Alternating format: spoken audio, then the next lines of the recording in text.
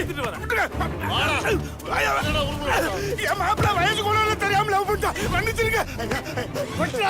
மன்னிச்சிருங்க ஐயா. கண்டிப்பா ஊரே உங்களை சாமியா பார்த்துச்சுடா. ஐயா வேணாயா வேணாயா. உங்களை